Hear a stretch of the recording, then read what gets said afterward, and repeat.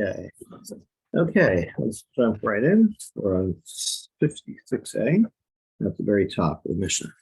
And we're continuing to discuss the meaning of different terms that people use when making Nedarim. Another Nedarim is a person who makes a neder not to benefit from a house. Now, in general, as I understand it, houses in Talmudic times could be two-story houses. The main floor was called the bayit, the house, and the second floor is called the aliyah, which is in modern Hebrew it would mean the attic, but it seems like it means just a second floor. Let's see. So another advice: so a person takes a neder not to benefit from a house mutar, but aliyah, he's permitted in the second floor. Rabbi Meir. That's what Rabbi Meir says. Aliyah b'chlal bayis. So the attic is included. The second floor is included in the house. So he would not be permitted. But another mean aliyah, but one who says, I'm not going to benefit from your attic, mutar b'bayis, then that definitely does not include the house. That's clearly referring only to the second floor. Whereas Montana, which Tana is it that is in accordance with this brisa? And now we are b'bayis l'rabos hayatzia. When now we're focusing on the use of the term bayit in the Torah refers to a house with saras, with this with disease. It's usually associated with the skin, but there's a chapter. There's a section in the Torah that describes a house that can contract saras. So the bayit, the house can get saras, and this brisa says bayis l'ravos hayatzia, but bayis l'ravos aliyah, that the house includes the porch and the second story. This must be Rav Meir in our Mishnah, right? Who said that the house refers to just the house, and if you are no there from the house, that does not include the attic. And here the Torah goes out of its way to, or at least in the rabbinic interpretation, it goes out of its way to mention the second story as a separate thing. The Rabbanan, because if you want to say it's the rabbis, Rabbanan, and the rabbis say if you make a neder about a house, that includes the second story. Why does the Torah have to include this extra word to include the second story? It's already included in the term house. Rabbi says not necessarily. If you lose Rabbanan, you can even say the rabbis are in accordance with this. By a prayer, you need the verse when the Torah describes as if you get the saras in the house of the land of your inheritance, right? So it implies that what can get saras? A house that is in the eretz, in the land, meaning you might think that only means the first story, right? That's the one that's planted on the ground. The second story is on top of the first story, not directly connected. So the second story is not on the ground. So since you might have thought that, that's why. So the rabbis say, even though ordinarily I would say that the second story is included in the term bayit, in this case, since the Torah said that it has to be a house in your land, you might have thought that it's only the first story, which is on the land. So that's why the Torah tells you even the second story. But generally speaking, house includes the second story. That makes sense, because one of the potential consequences of Sarah in a house is you have to tear the house down, and you can't tear the first story down without the second story, without losing the second story, which brings up the interesting situation, which is not likely to be discussed here. What if you have a 1,000-unit high-rise apartment building and one of the units gets sarat? Excellent question. Yeah. Don't want to touch that one. I'm glad I'm not the rabbi who has to paskin on that, or the Kohen who has to paskin on that one. Now, who does this statement go according to? This what Rav Huna said. Bayis Bevesi ani mochelach. What if, in the case of a commercial transaction, one guy says to another, "I'm selling you a house in my house." Mareu aliyah. So he can then cover what he said by showing him the attic, the second story. That qualifies as a house within a house. Now, who this guy is that's buying something sight unseen and letting the seller show him afterwards what he bought. I'm not sure that's such a wise business transaction, but be that as it may, a house within a house can be considered, that can, the second story qualifies. So now the Gemara says that's because you're saying specifically a house within my house. But if you just say I'm selling you a house, that you can't just say I meant the second story, and you mean the whole house. Maybe that's only consistent with Rabbi Meir, as we said before. Rabbi Meir is the one who says that the house includes the house is separate from the attic. So where it says if you lose no, you could say it to rabbis also. My aliyah me'ula shavate. Maybe the term aliyah here doesn't mean the attic. It means a different word with the same with the same letters. Me'ula shavate. I'm telling you the best house. It doesn't mean a house within the house. It means the best house, and so. The second story is not considered the best, I guess. You have to walk up the stairs. Generally, it seems like the second story was kind of really more like an attic, like an add-on, not the main part of the house. Okay, another minamita. One says, I'm not going to benefit from a bed. Mutar bedargash. You can use a dargash. We'll see in a minute what that is. But it's more like a ceremonial bed. The rabbis say dargash b'chal mita. No, a dargash is included in the word in bed, so therefore I'm noting dargash mutar b'mita. But if somebody says I'm not going to benefit from a ceremonial bed, then you can use a regular bed, no problem. My dargash, like Gemara says, what is this dargash? Arsa degada. It's a good luck bed. Okay, so you think of a kisei shel Eliyahu, where you have this ceremonial chair at a bris, right, where supposedly Eliyahu Navi comes and sits there. So this is the same kind of thing. You have a bed that is reserved. It's for the good fortune angels to sleep on. Nobody sleeps on this bed. It's just there as a good luck charm. Now, it's kind of surprising to me. I mean, a bed is a big thing, right? It's a big piece of furniture. Maybe this was miniature, I don't know, but it seems like who would have had room in their house for, I guess only people with good fortune would have had room for a bed of good fortune. So Rabbi said to Allah, what about this Mishnah? Kishahain mavrinoso. This is referring to when a king is in mourning, the king, loses a close relative. So when you do the Sudas Havra, which is the meal that is provided to the mourner, who is in this case the king, upon returning from the burial, everybody around sits on the ground. And he is the king, so he doesn't sit on the ground. He sits on the dargash, right? So now, if you want to say that the dargash is this good fortune bed, you never sit on this bed. And now, hahu yomam yasiv. So what? The day that you come back from the cemetery, that's when you're going to sit on the good luck bed. Makes no sense. Dargash must be something else.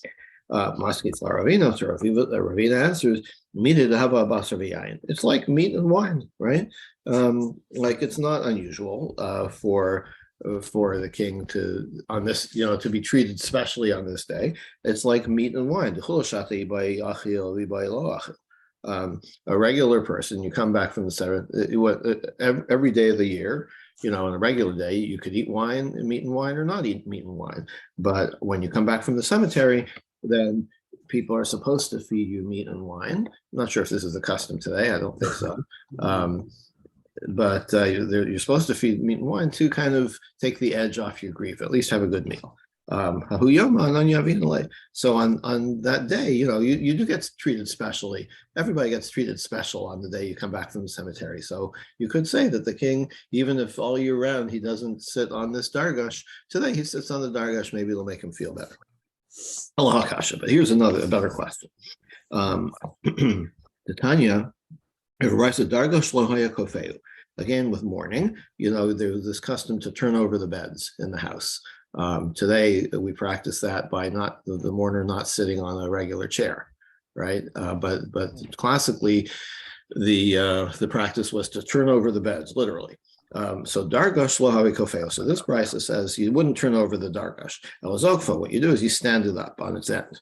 The amras are, so in other words, nobody's going to be sitting on the bed or lying on the bed, but you don't have to turn it upside down, because that would probably be a bad omen, right? Turn over your good luck bed, not a good sign.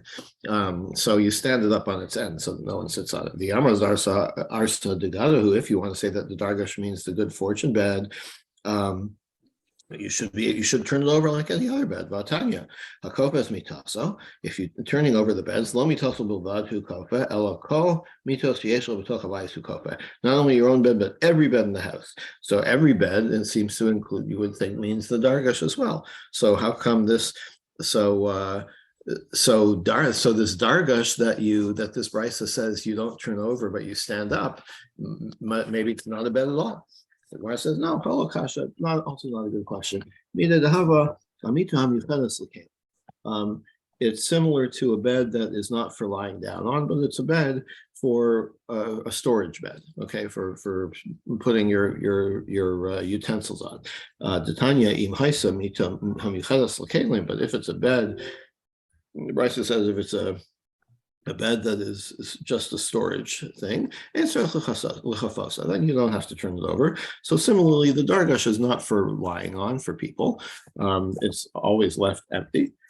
So that's also not included in all the beds that you have to turn over. Okay, so there's no contradiction there. Eli kasha. Here is a better question.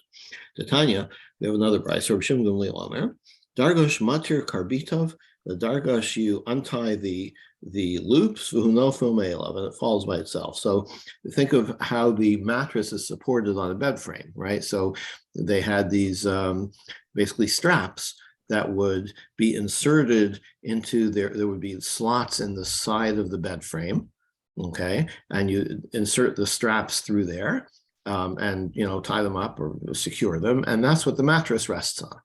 Okay, so you have the frame, you have the straps, and you have the mattress on top. Dargash matir karbitav uhnofel me'elav. If you have a dargash, then you just untie the straps, and it falls by itself, right? You don't have to turn it over, right? It just kind of falls apart when you take out the straps. So if a dargash is a good luck bed, karbitan mi'islay, doesn't have these loops.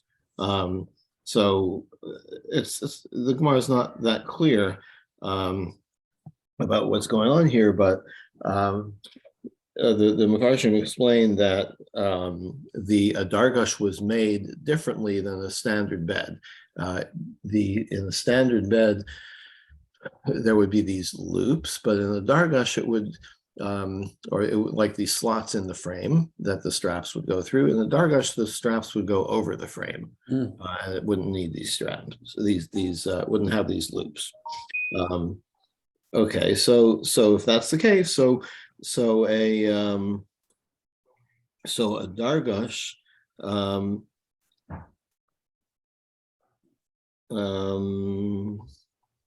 Yeah, so if a dargash is just an ordinary bed that's designated for the good luck angel, then it wouldn't look any different, right? So it must be that a dargash is something that's constructed differently than a regular bed.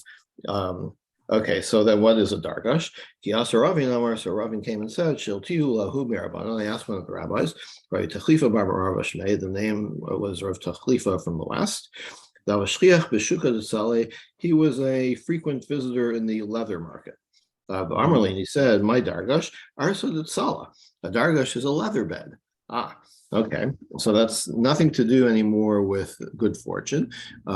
It's made of leather. That's a dargash. And so it's in a different category of bed, but it's still a kind of bed. Itmar, we have a similar statement. What's the difference between a bed and a dargash? In case of an ordinary bed, you put the ropes over the frame. as I explained before. Dargash Masargin Oso Migufo. Dargash, the straps are kind of within the bed frame. So Maceface, they asked a question about this. Kli eitz me'emasam tuma. When does a wooden utensil become susceptible to tuma? Only when it's finished, right? So hamita of arisa mishi shofim be'or hadag.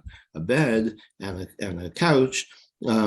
It's once you polish the wood, like they would use a fish skin to polish the wood. The mita mistaregan salgaba. But if it's a bed where the ropes go over the frame, as we're trying to say about this dargash, about a mita, about a regular bed, if it's going to be covered by the straps, right? The straps don't go in a slot in the frame, but they cover the frame. Who needs to polish the frame? Right? Nobody's going to see it. It's going to be covered. Okay. So what are you talking about? It's finished when you polish it. You don't polish it because nobody's going to see it. This is contrary to the Steve Jobs School of Design. I remember reading in his biography that he insisted that even the inside of the iPod or iPhone or whatever had to be elegant looking. Right? There couldn't be any, it had to look good. Nobody would ever see it. These are sealed units, right? No, consumers are never going to see it, but he insisted it had to be. That's not the position of this Gemara. So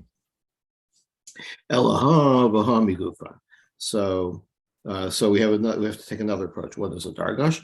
Both of them, both the dargash and the bed, they both have slots in the sideboards to attach the straps. Mita a'uleva puke b'vazine. In a bed, the ropes are threaded in and out of these slits. Dargash a'uleva puke b'avakasa. A dargash, they're threaded in and out of loops that hang from the holes in the sideboard. So a regular bed is strapped right into the frame, and a dargash, there's some kind of loops in the frame that the straps go through, or something. Like why this makes such a big difference, I don't know. But maybe a dargash doesn't need to be so strong because nobody's ever going to sleep on it, right? Whereas a regular bed needs, is going to support people's weight, and so it needs to be constructed differently. Amar Rabbi Yaakov Baracha, Amar Rabbi Rabbi Yaakov said, Mita shenakliteh yotzin zokfa v'dayo. If you have a bed with that's a two-post bed, so you can imagine, like you've seen four-poster beds, but there are also two-post beds where the cover hangs over it kind of in a tent shape, right, in a triangular shape, because the post is in the middle of the bed frame, right, and then you drape something over it, so you've got like a tent.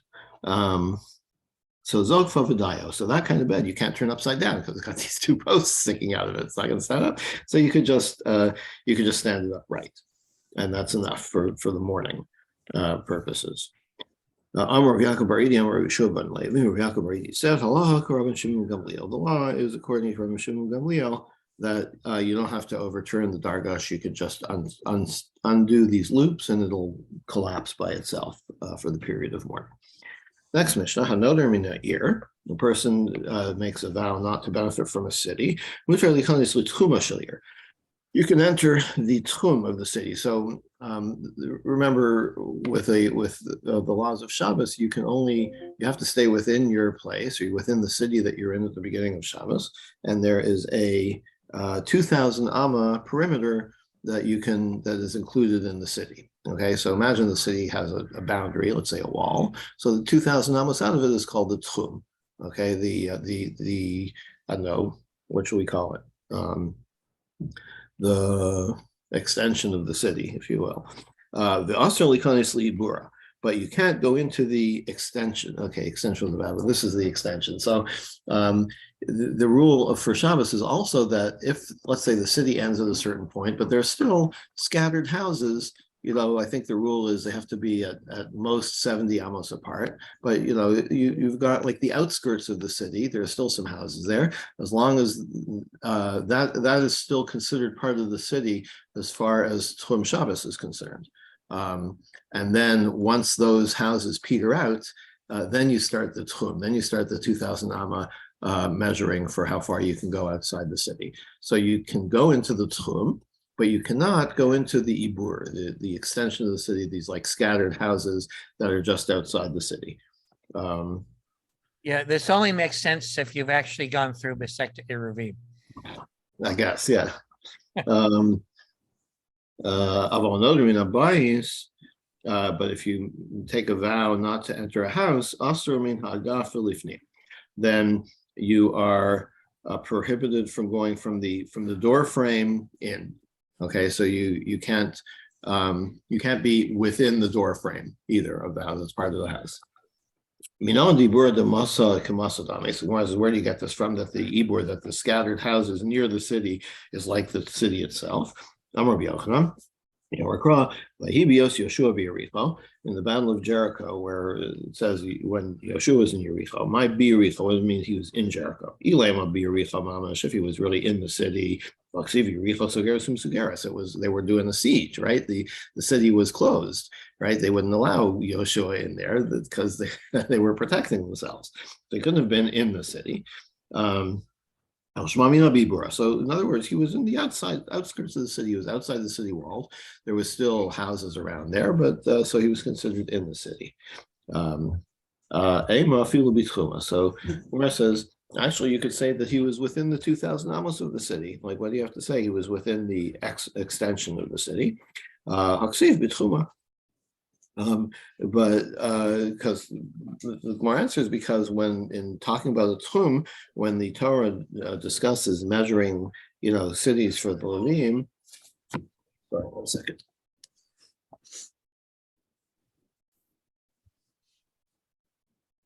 There.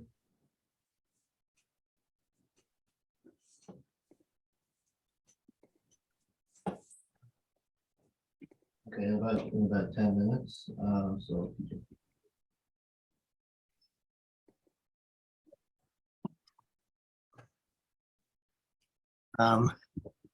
Sorry. So when the Torah discusses madosa michutz la'ir, you measure outside the city, and it refers to that as the tchum. So that implies that the 2,000 amos tchum is outside the city. So when it says Yoshua was in Yericho, it couldn't have referred to the tchum. The tchum is defined as outside the city. He must have been in the ibur, in the houses scattered near the city. Okay, Nedarim nabayis. So the Mishnah had said someone who makes a neder not to benefit from the house. That includes from the door frame inwards. But you're okay outside of the door frame. So Rav Mari asked, when the Kohen inspects the house, again, going back to the case of Tzoras of the house, so he exits the house and closes, and he secludes the house, he quarantines the house. Maybe it means that he has to, like, he goes home and then he quarantines the affected house from there. Talmud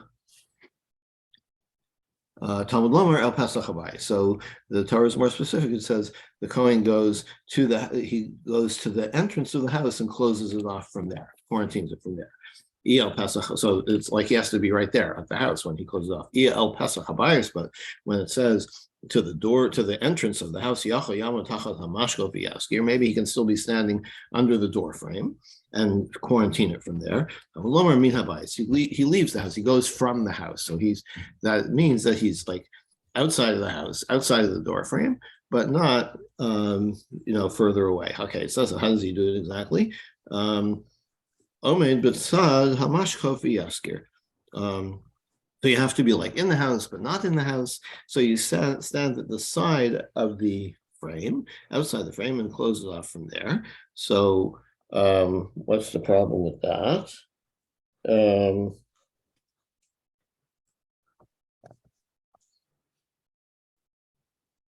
So this implies that to be outside the house, you have to be outside the door frame. But our Mishnah implied that from the door frame inwards is where you can't be in the house.